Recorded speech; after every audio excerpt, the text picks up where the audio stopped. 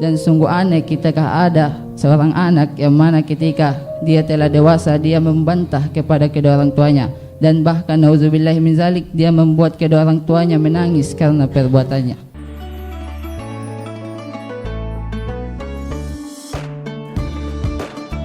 Bismillahirrahmanirrahim.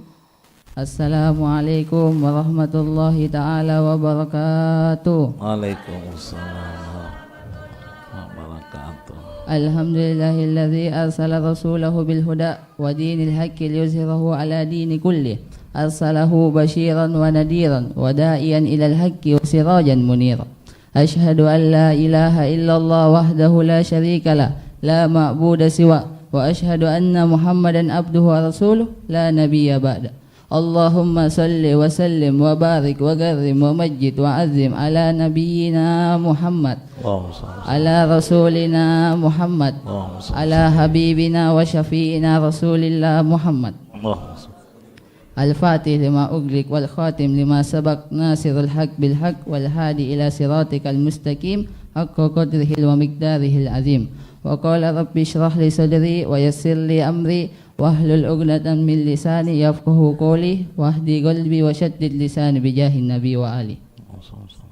Yang saya hormati, yang saya muliakan, guru kita bersama yaitu Al-Habib Husain bin Ali Al-Hamid bin Ahmad bin Ali Al-Hamid. Semoga Allah memanjangkan umur beliau, menyehatkan jasmani dan rohani beliau. Semoga Allah mengabulkan hajat-hajat beliau. Semoga Allah mengampuni dosa-dosa beliau. Semoga Allah menerima segala amal kebaikan beliau. Dan yang saya juga tidak lupakan ayahanda dari almarhum ayahanda dari guru kita bersama yaitu Al-Habib Ahmad bin Ali Al-Hamid. Semoga Allah melapangkan kuburan beliau. Semoga Allah menjadikan kuburan beliau menjadi taman-taman surga. Semoga Allah mengampuni dosa-dosa beliau. Semoga Allah menerima segala amal kebaikan beliau. Dan segenap para habaib, para satid, para hadirin yang saya tidak sempat menyebutkan nama antum satu persatu, namun insya Allah tidak mengurangi rasa hormat saya kepada antum-antum semua. Ketahuilah hadirin, orang yang berbakti, betapa pentingnya orang yang berbakti kepada kedua orang tuanya, sampai-sampai kita wajib untuk berbakti kepada kedua orang tua kita. Apakah orang yang berbakti kepada kedua orang tuanya adalah sesuatu pekerjaan yang hina atau sesuatu pekerjaan yang remeh? Tidak, hadirin. Akan tetapi disitulah Allah mengangkat derajat anak tersebut dan keberkahan letak rezeki seorang anak dan keberkahan kehidupan seorang anak itu hanya terletak pada kedua orang tua kita. Dan kita sebagai seorang anak wajib berbakti kepada kedua orang tua kita, berterima kasih kepada kedua orang tua kita atas jasa-jasanya merawat kita dari kita dalam kandungan sampai kita sekarang, dan dari awal kita merangkak sampai kita bisa lari-lari.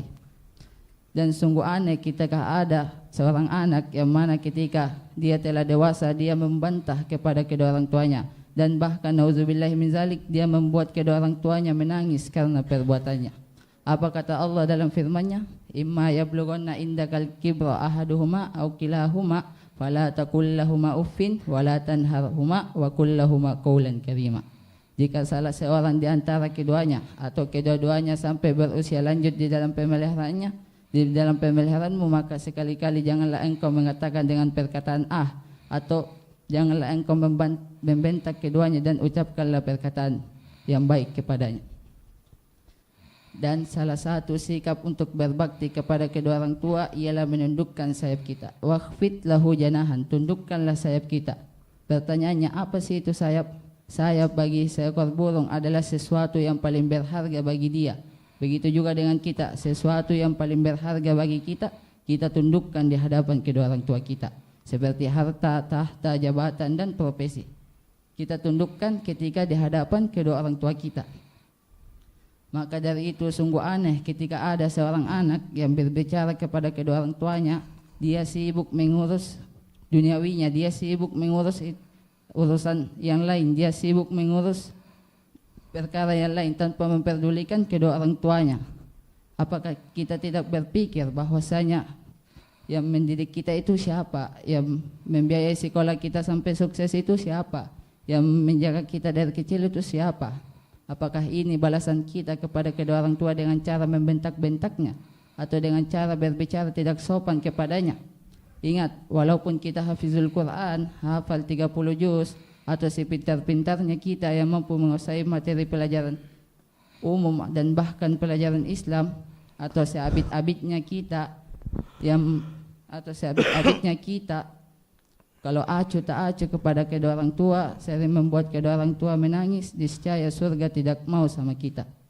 Kenapa? Karena Nabi Muhammad pernah bersabda di dalam hadisnya, qala Rasulullah sallallahu alaihi wasallam, al-jannatu tahta aqdamil ummahat. Surga itu diletakkan di bawah telapak kaki ibu kita, bukan di sujada kita, bukan di sarung kita, bukan di kopiah kita, dan bahkan juga bukan di bawah telapak kaki istri kita. Dan orang yang berbakti kepada kedua orang tuanya ialah termasuk salah satu amalan yang mana ketika kita mengamalkan amalan tersebut, hajat kita akan dikabulkan oleh Allah walaupun kita tidak berdoa. Saya tidak mengatakan bahwasanya doa itu tidak penting, akan tetapi doa itu adalah intisarinya ibadah, pokoknya ibadah. Akan tetapi saya mengatakan seperti ini karena begitu besarnya fadilah amalan tersebut, yaitu salah satunya berbakti kepada kedua orang tua, sampai-sampai hajat-hajat kita ditanggung oleh Allah Subhanahu wa taala. Mana ada anak yang hidupnya kaya ketika dia memiliki dosa kepada ibunya, dicabut oleh Allah, walaupun kayanya penuh penderitaan. Cuma yang lihat senang, yang menjalani enggak enak sama sekali. Kenapa? Karena Allah cabut keberkahannya. Orang kalau punya permusuhan dengan orang tuanya, punya masalah dengan orang tuanya, hidupnya akan diliputi dengan musibah seperti masalah, kesumpahan dan kesusahan. Walaupun dia berusaha tersenyum di hadapan orang-orang, akan tetapi di belakang hatinya akan merasakan kesedihan dan kehampaan. Kenapa? Karena Allah menjanjikan kesumpahan dan kesusahan di dalam hidupnya orang-orang yang berbakti, yang durhaka kepada kedua orang tuanya. Apakah kalian masih ingin membentak-bentak kedua orang tua kalian? Apakah kalian masih ingin durhaka kepada kedua orang tua kalian? Coba kita lihat orang tua kita yang lagi tidur. Lihat bapak kita misal. Coba kita lihat wajahnya, jidatnya udah mulai mengkerut, kantong matanya udah mulai gede, ubannya udah makin banyak, giginya udah mulai copot. Coba kita perhatiin suara ngoroknya. Nafasnya mulai lambat, tidak sesegar seperti dulu. Coba kita pikir, lu yakin dia orang yang lu benci? Lu yakin dia orang yang selalu galak sama lu tanpa alasan? Lu yakin dia orang yang lu yakin dia enggak sayang sama lu? Coba kita pikir, lihat tangannya yang mulai keriputan. Itu tangan yang dipakai buat menggendong kita waktu kita kecil. Itu tangan yang dipakai buat nyebokin kita. Itu tangan yang dipakai buat ngempuk-ngempukin pantat kita supaya kita bisa tidur nyenyak. Itu tangan yang dipakai buat kasih makan kita sampai kita gede. Kita bisa apa dulu? Makan aja kita disuapin. Ngangkat sendok aja kita nggak bisa, apalagi cari rezeki sendiri. Kita cuma bisa nangis, makan, tidur, nangis, makan, tidur. Cuma itu yang kita bisa. Apakah dengan hal seperti itu dapat apakah kalian masih ingin membentak-bentak kedua orang tua kalian? Apakah kalian masih ingin durhaka kepada kedua orang tua kalian? Apakah kalian masih ingin membantah kepada kedua orang tua kalian? Apakah dengan hal seperti itu dapat membuat hati mereka murka? Tidak. Akan tetapi membuat hatinya apakah hal seperti itu dapat membuat hatinya senang? Tidak, hadirin. Akan tetapi membuat hatinya murka. Seperti Nabi Muhammad pernah mengatakan di dalam hadisnya, qala Rasulullah sallallahu alaihi wasallam, ridallah fi ridal walidin wa sukhtallah fi sukhtal walidin. Ridhonya Allah terletak pada kedua orang tua kita, dan murkanya Allah terletak pada kedua orang tua kita. Dan jikalau orang tua kita sudah ridho kepada kita, maka niscaya Allah ikutan ridho kepada kita. Dan jikalau Allah sudah ridho kepada kita, maka surga akan menanti-nanti kita. Begitu juga sebaliknya, jikalau orang tua kita sudah murka kepada kita, maka niscaya Allah ikutan murka kepada kita. Dan jikalau orang tua kita sudah murka kepada kita, jikalau Allah sudah murka kepada kita, maka neraka akan menanti-nanti kita. Maka dari itu manfaatkanlah hidupnya, kehadirannya di dalam hidupmu sebelum dia menghilang di dalam kehidupanmu. Karena suara ibu yang memanggilmu itu adalah rezeki yang tidak bisa dibeli dengan uang dan emas. Bahkan kau menangis sampai air matamu itu berupa darah atau nanah, niscaya Allah tidak akan mengembalikannya jikalau engkau telah kehilangan dia. Mungkin cuma ini yang saya bisa sampaikan. Hadza minni wa lafu minkum. Assalamualaikum warahmatullahi taala wabarakatuh.